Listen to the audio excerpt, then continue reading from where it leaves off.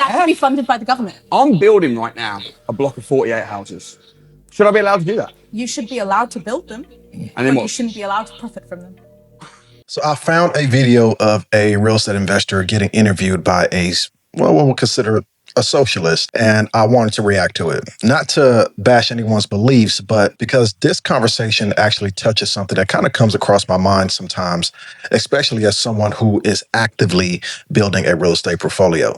The question of whether landlords should deserve to profit, whether housing should be a right or a commodity, whether the government should solve the housing crisis or whether the market should.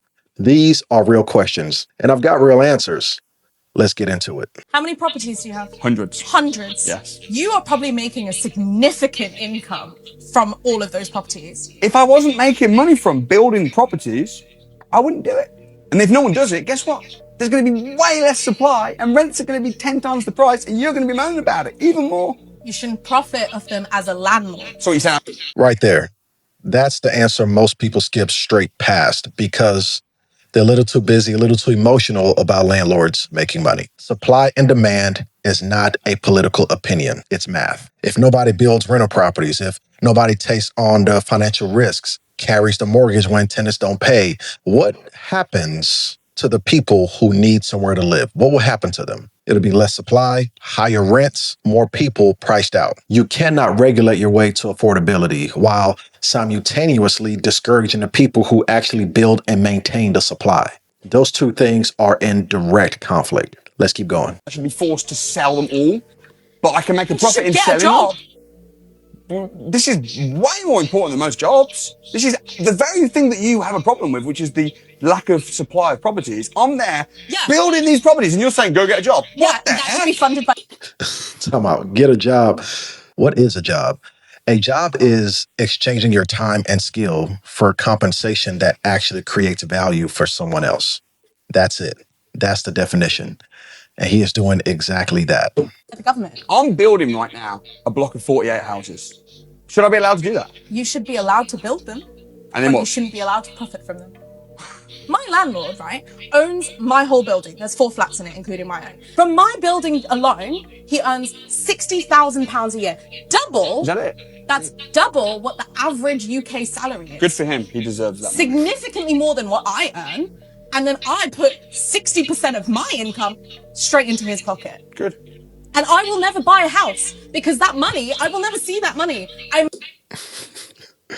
And that is not arrogance. That's understanding how value creation actually works. See, she frames the £60,000 as money being taken away from her.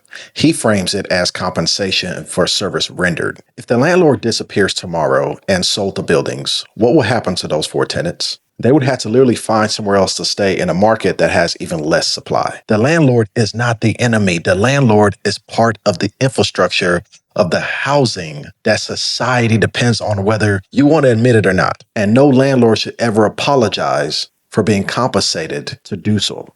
Giving money to someone, right, for a place that I don't own, that I can't make changes to, that I can't paint, I can't, decorate, I can't put things on the wall without permission, I can't have a pet without permission. But the thing is, everything you're saying boils down to, I want the government to help me. The government should solve the problems. That's not the real... That last line is the whole conversation in 6 words. That is not the real world. And I want to be balanced here because I do understand the frustration. Like, she's putting 60% of her income into rent. She will never own the flat.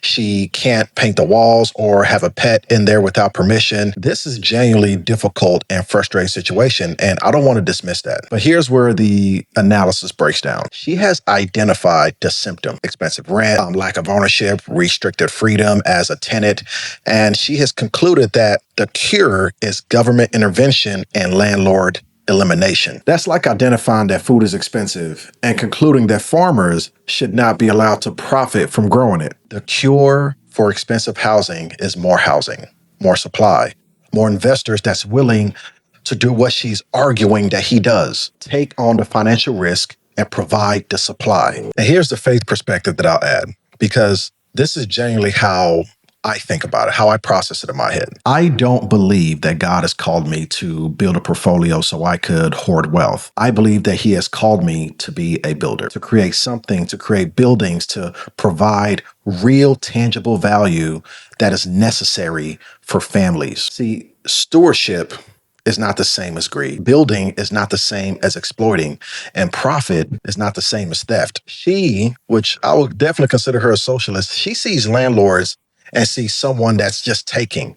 I see landlords and I see someone who took a risk, who is solving problems and genuinely being compensated for it. And that difference in perspective, that difference is everything. If I'm a landlord who owns 20 properties and my only job is just collecting the passive income from all of these people who need to live, I'm not producing anything for society. I'm just an owner. It's the same thing as kings. Like, you ask most people, should we have kings in this country? They'd be like, no, that's why we had an American Revolution, because we recognize these people don't deserve this power that they say God has given them. Okay, well, what about landlords? A lot of these people are making hella money, and all they're providing is what? They're owning that piece of property, and literally their only job was they were able to buy this property when it was low on the market. Like, to me, that is not something that is a metric of somebody's success. That's just somebody being at the right place at the right time, and they should not be rewarded for that. But wouldn't you say they risked their own capital to reap the rewards of it? But if we're talking about should they take on that risk, I don't think so. They could have invested most of their time or their money in other ways that are more productive for society in order to actually grow, then take on that risk.